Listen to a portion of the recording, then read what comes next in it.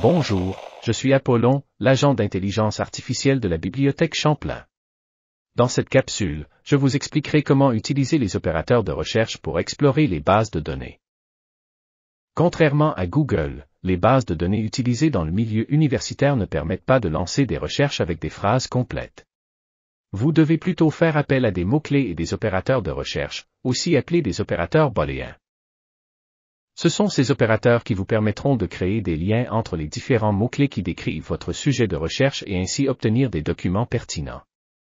Cette combinaison de mots-clés et d'opérateurs est appelée stratégie de recherche. La construction d'une stratégie de recherche passe par l'identification des concepts ou, si vous préférez, des grands thèmes de votre question de recherche.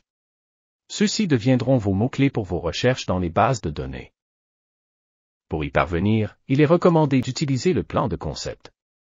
Pour plus d'informations sur cette méthode, une vidéo à ce sujet a été produite. Vous pouvez la visionner sur cette chaîne. Après avoir rédigé votre plan de concept, vous êtes fin prêt à construire votre stratégie de recherche. Il y a trois principaux opérateurs à connaître, le « et », le « ou » et le « sauf ». L'opérateur « et » est utilisé pour lier des concepts qui renvoient à des idées différentes, mais que l'on veut voir apparaître dans les résultats. En d'autres termes, les documents dans la liste des résultats comprendront l'ensemble des mots-clés ou des concepts liés par l'opérateur.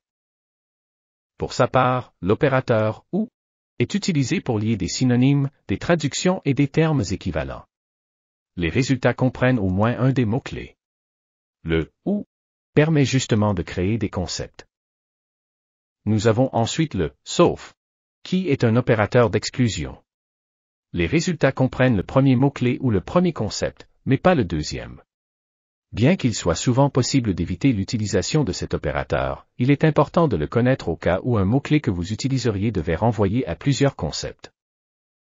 Ces trois opérateurs ne sont toutefois pas suffisants à eux seuls pour créer une stratégie de recherche efficace. Dans les bases de données, est-ce les « et » ou les « ou » qui ont la priorité? La réponse à cette question n'est jamais claire. Les parenthèses permettent de contourner ce problème en encadrant les synonymes, traductions et termes équivalents. Celles-ci permettent d'indiquer à la base de données dans quel ordre elle doit effectuer les opérations. Il existe d'autres opérateurs qui permettent de maximiser l'efficacité de votre recherche. Il y a la troncature qui permet de trouver toutes les terminaisons d'un mot sans avoir à tous les écrire. Elle peut remplacer de 0 à plusieurs caractères. C'est particulièrement utile pour trouver des mots d'une même racine. Il y a aussi le masque. Cet opérateur s'insère à l'intérieur d'un mot et peut remplacer de 0 à un caractère. Le masque est particulièrement utile pour des mots ayant plusieurs variantes orthographiques. Que ce soit d'une langue à l'autre ou dans une même langue.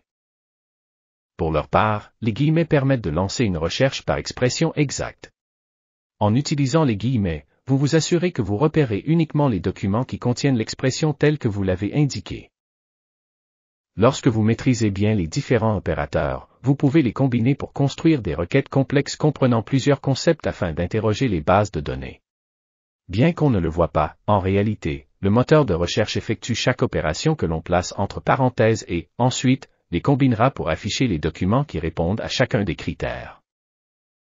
Notez que chaque base de données a ses propres règles d'écriture, d'où l'importance de vous familiariser avec l'outil avant de débuter votre recherche. D'ailleurs, dans plusieurs bases de données, vous devrez utiliser les opérateurs en anglais. And, or, et note. Pour plus d'informations, vous pouvez consulter la section d'aide des bases de données que vous utilisez afin de bien comprendre le fonctionnement de chaque outil. Si vous avez des questions, n'hésitez pas de contacter le service de référence ou de contacter le bibliothécaire de votre discipline. Vous trouverez plus d'informations dans la boîte de description de cette vidéo. Merci et à bientôt.